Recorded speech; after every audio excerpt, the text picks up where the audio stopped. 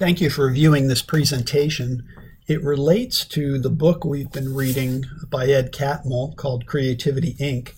And it's a little bit of background about some of the things to pay attention to when it comes to creativity and leadership.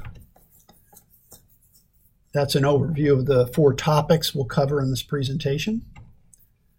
And first of all, the roles of a creative thinker. An author named Roger Van Ock wrote a book called A Whack on the Side of the Head about creativity, and he isolated these 4 terms to capture characteristics of a creative person. A creative person is an explorer, and an explorer looks for the materials to build new ideas and to find new things to make something out of. The creative thinker also needs to be an artist because they need to take those resources and rearrange them and turn them into new ideas.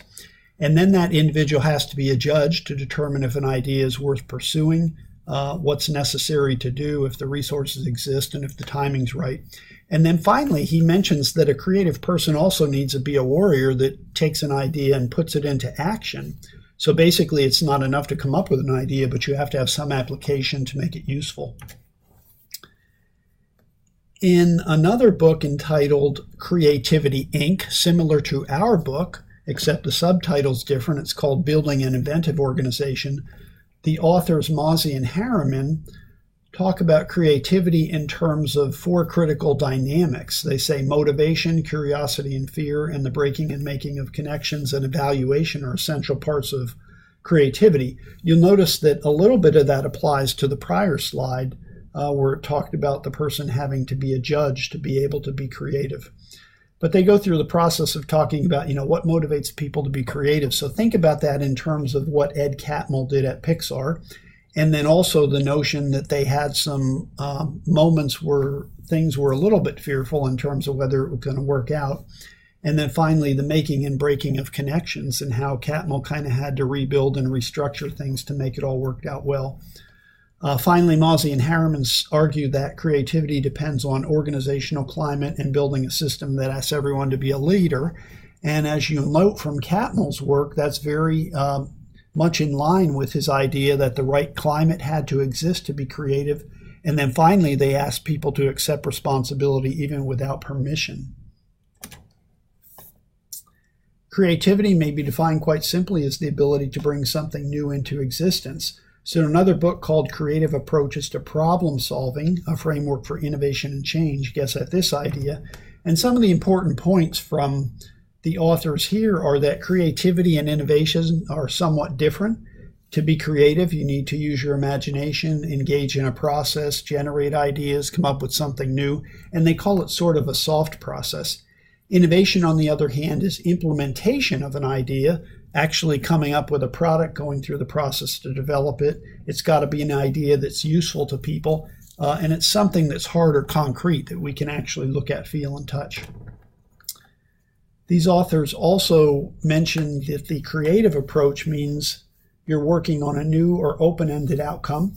Again, you have to use your imagination and intelligence because there's no ready, easy, simple answer just that can be found somewhere. They also mention that creativity involves people, a context, a method, and an outcome, and these are similar to other comments, and you can relate those to Catmull as well.